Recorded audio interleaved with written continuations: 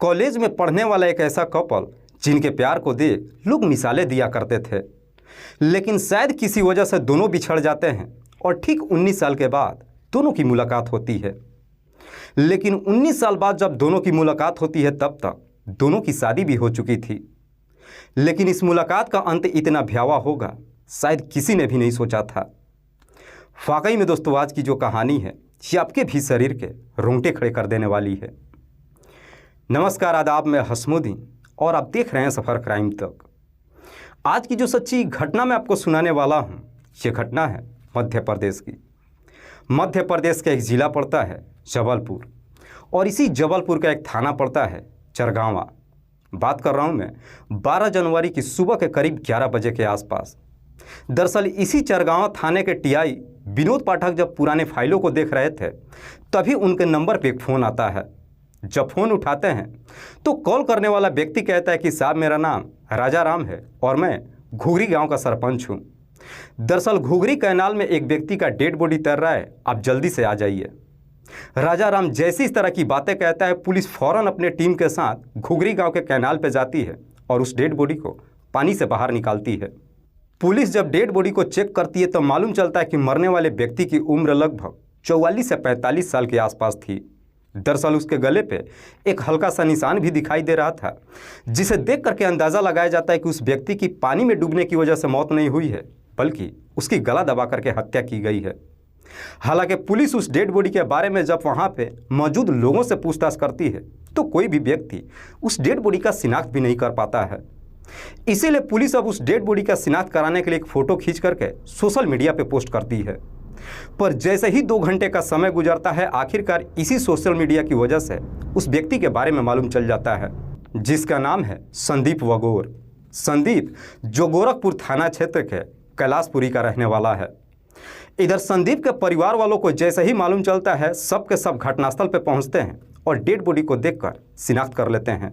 Police जब संदीप के छोटे भाई राजेश से पूछताछ करती है तो राजेश पुलिस वालों से कहता है कि साहब, मेरा भाई ऑलरेडी शादीशुदा है, लेकिन उनकी पत्नी कुछ साल पहले ही छोड़ के जा चुकी है। दरअसल संदीप एक नंबर का नशेड़ी इंसान है, कोई काम धंधा नहीं करता था और दिन भर इधर उधर घूमते रहता था। 9 जनवरी को करीब शाम के 7 बजे घर से निकला था, लेकिन उसके बाद से दोबारा कभी घर ही वापस नहीं आया। जब हमने उसके नंबर पर फ़ोन किया तो उसका नंबर भी स्विच ऑफ बता रहा था। हमने अपने तमाम रिश्तेदारों में भी पूछताछ किया, लेकिन बावजूद इसके संदीप का कहीं कुछ पता नहीं चला। राजेश जब ये सारी बातें पुलिस को बताता है, पुलिस सबसे पहले डेड बॉडी को अपने कब्जे में लेकर पोस्टमार्टम के लिए भेज देती है और फिर राजेश के ही तहरीर पर धारा 302 के तहत अज्ञात अपराधियों के विरोध में मुकदमा दर्ज करती है और फिर इस केस की छानबीन करना शुरू करती है। पुलिस इस केस की जांच पड़ताल करते हुए सबसे पहले संदीप का मोबाइल नंबर ले लेती है और उसके मोबाइल नंबर का कॉल डिटेल्स निकालती है। डिटेल्स को जब चेक करती है तो मालूम चलता है कि 9 जनवरी को शाम के करीब 7 बजे के आसपास संदीप ने एक आखिरी नंबर पर बातचीत किया था। पुलिस जब उस नंबर का डिटेल्स निकालती है तो मालूम चलता है कि वो नंबर किसी लक्ष्मी शिवहारे के नाम पर रजिस्टर्ड है। लक्ष्मी जो हाथी ताल कॉलोनी की रहने वाली है, ऑलरेडी शादीशुदा है। लक्ष्मी का पति का नाम है शरद शिवहारे। पुलिस को जैसे इस तरह की डिटेल्स मिल जाती है, पुलिस अब लक्ष्मी से पूछताछ करने के लिए उसके घर पे जाती है और फिर लक्ष्मी से संदीप के बारे में पूछती है, लेकिन लक्ष्मी संदीप को पहचानने से ही इनकार कर देती है, जिसकी वजह से पुलिस को कहीं ना कहीं अब लक्ष्मी के ऊपर ही शक चला जाता है और इसी शक के आधार पर पुलिस अब लक्ष्मी को गिरफ्तार करके थाने में लेकर आ जाती है और फिर लक्ष्मी से संदीप की हत्या के बारे में सख्ती से पूछताछ करती है। पुलिस जैसे ही अपना शक्ति दिखाना शुरू करती है, आखिरकार लक्ष्मी मजबूर होकर अपनी सच्चाई कबूल कर लेती है। लेकिन लक्ष्मी जब इस हत्या की पूरी कहानी बताती है तो वाकई में इसे सुनने के बाद खुद लक्ष्मी के पति शरद को भी अपने कानों पर यकीन नहीं होता है। लक्ष्मी जो मूल रूप से जबलपुर के गुप्तेश्वर इलाके की रहने वाली है, जो देखने में बेहद ही खूबसूरत है। लक्ष्मी अपने ही इलाके से कॉलेज में जब पढ़ाई करती है, इसी पढ़ाई के दौरान कॉलेज में ही लक्ष्मी की मुलाकात संदीप से होती है। कॉलेज में जब संदीप और लक्ष्मी की जब मुलाकात होती है, पहले दोनों के बीच में दोस्ती होती है और फिर बातचीत करते करते दोनों के बीच में प्रेम प्रसंग शुरू हो जाता है। हालांकि लक्ष्मी और संदीप के बीच में जब प्रेम प्रसंग शुरू होता है, दोनों खुलम खुला जहाँ तहाँ घूमते भी हैं। इन दोनों को प्यार को देख करके पूरे कॉलेज में चर्चा का विषय भी बन जाता है। दोनों एक दूसरे के इतने करीब आ जाते हैं कि आखिरकार शादी करने का फैसला भी कर लेते हैं। लेकिन इस बात की जानकारी लक्ष्मी के साथ साथ संदीप के घर परिवार वालों को जब मालूम चलता है, दोनों के परिवार वाले इस शादी के खिलाफ हो जाते हैं, क्योंकि लक्ष्मी और संदीप की जाति बिरादरी अलग थी। चाह करके भी दोनों शादी नहीं कर पाते हैं। लेकिन इधर लक्ष्मी के परिवार वालों को जब मालूम चलता है कि लक्ष्मी का प्रेम प्रसंग संदीप के साथ में चल रहा है, लक्ष्मी के परिवार वाले उसकी पढ़ाई छुड़वा देते हैं और आनन फानन में उसका रिश्ता शरद से तय कर देते हैं। शरद जो जिला सिवनी के घुमा इलाके का रहने वाला है। शरद जो कि ठेकेदारी का काम करता है। इसीलिए साल 2006 में लक्ष्मी की शादी शरद से हो जाती है और शादी के बाद लक्ष्मी अपने ससुराल चली जाती है। लक्ष्मी तो अपने ससुराल चली जाती है, लेकिन संदीप लक्ष्मी को कभी भूल ही नहीं पाता है, पर चाह करके भी लक्ष्मी से कांटेक्ट नहीं कर पाता है। पर संदीप लक्ष्मी के प्यार में इस प्रकार से डूब चुका था कि उसकी जुदाई को बर्दाश्त ही नहीं कर पाता है और अक्सर शराब पीने लगता है। पर जब शराब पीने लगता है, धीरे धीरे वो शराब की आदी हो जाता है। इधर संदीप के परिवार वाले जब उसकी हालत को देखते हैं, आखिरकार संदीप की भी शादी कर देते हैं। संदीप शादी कर पत्नी को अपने घर तो लेकर के आता है, लेकिन बावजूद इसके लक्ष्मी को कभी भूल ही नहीं पाता है। हालांकि शादी के 2 साल का समय तो गुजरता है, लेकिन संदीप की पत्नी जब देखती है कि उसका पति सही रास्ते पे नहीं आने वाला है, आखिरकार संदीप की पत्नी तंग आकर के उसे छोड़ करके चली जाती है। संदीप की पत्नी भले ही उसे छोड़ करके चली जाती है, लेकिन इससे संदीप के ऊपर कोई फर्क नहीं पड़ता है। धीरे धीरे यूं ही समय गुजरने लगता है। इधर लक्ष्मी जब अपने ससुराल में आती है, समय के अनुसार 2 बच्चों की माँ भी बन जाती है और धीरे धीरे लगभग 19 साल का समय गुजर जाता है।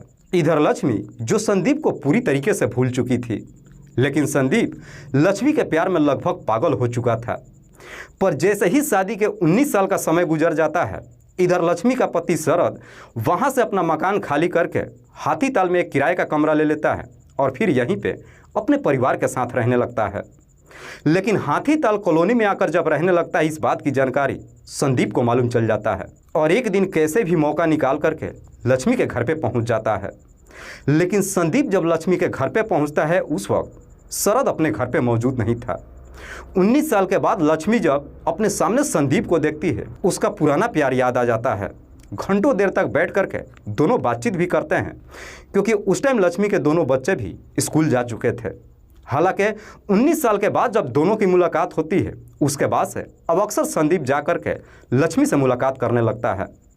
इधर लक्ष्मी जब संदीप की हालत को देखती है, संदीप को समझाते हुए कहती है कि अब काफ़ी समय गुजर चुका है, मुझे भूल जाओ।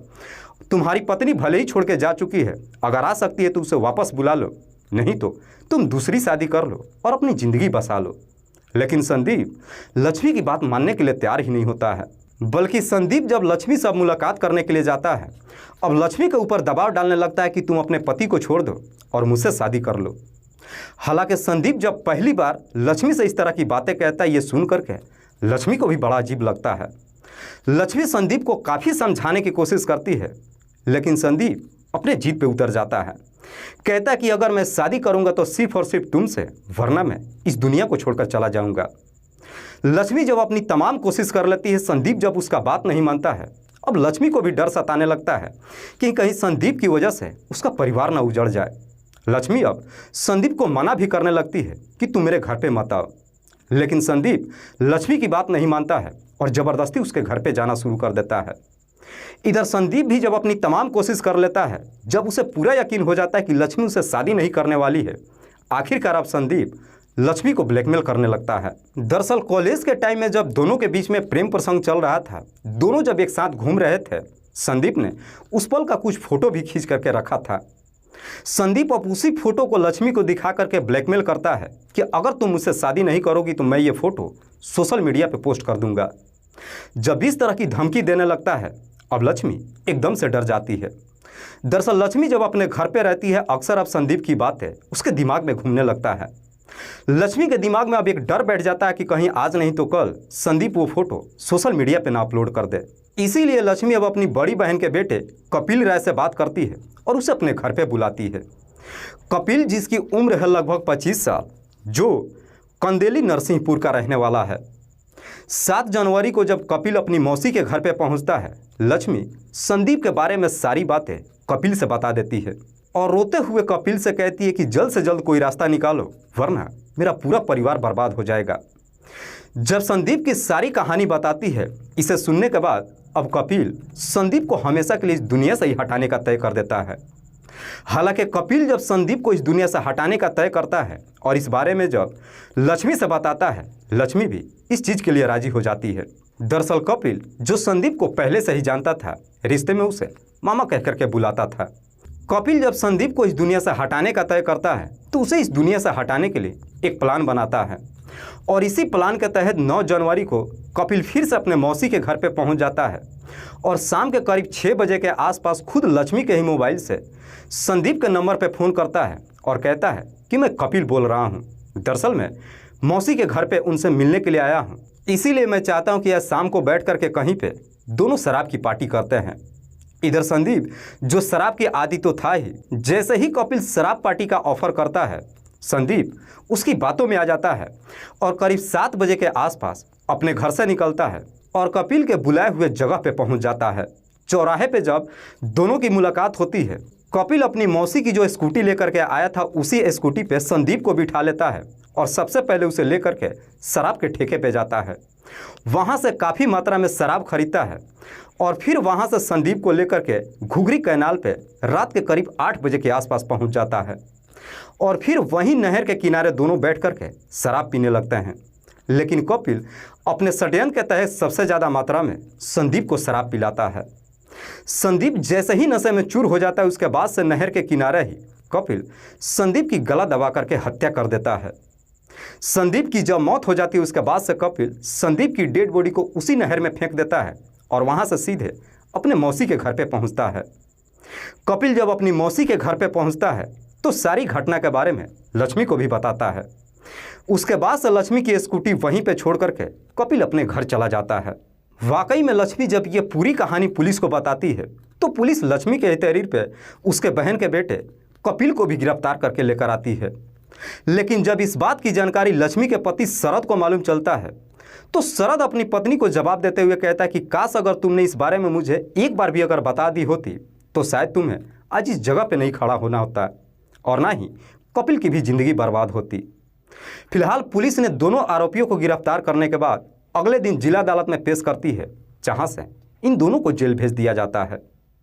दोस्तों, इस पूरी घटना के बारे में आप क्या सोचते हैं? आप अपनी राय हमें कमेंट बॉक्स में ज़रूर दीजिएगा। जाते जाते मैं आपको बता दूं कि कुछ मेरे व्यूअर्स हैं जो रोज़ाना मेरे इस वीडियो को देखते ही नहीं हैं, बल्कि अपना कीमती समय निकाल कर मुझे अपना प्यार भी देते हैं। जिनमें से एक का नाम है विकास यादव। विकास यादव जो सिधौली सीतापुर के रहने वाले हैं। दूसरे मेरे व्यूअर हैं नारायण। नारायण जो थाने भिवंडी के रहने वाले हैं। तीसरे मेरे व्यूअर हैं मोहम्मद जफ़र हुसैन। मोहम्मद जफ़र हुसैन जो किशनगंज बिहार प्रदेश के रहने वाले हैं। चौथे जो मेरे व्यूअर हैं उनका नाम है ओम प्रकाश पटेल। ओम प्रकाश पटेल जो वाराणसी उत्तर प्रदेश के रहने वाले हैं। लास्ट मेरे व्यूअर हैं साबुद्दीन सैफ़ी। साबुद्दीन सैफ़ी जो मलेशिया में रह कर के नौकरी करते हैं और वहीं से मेरी इस वीडियो को देखते हैं। मैं अब तमाम व्यूअर्स को तहे दिल से शुक्रिया अदा करता हूं। कल फिर मिलते हैं एक और नई सच्ची घटना के साथ। तब तक के लिए जय हिंद, जय भारत।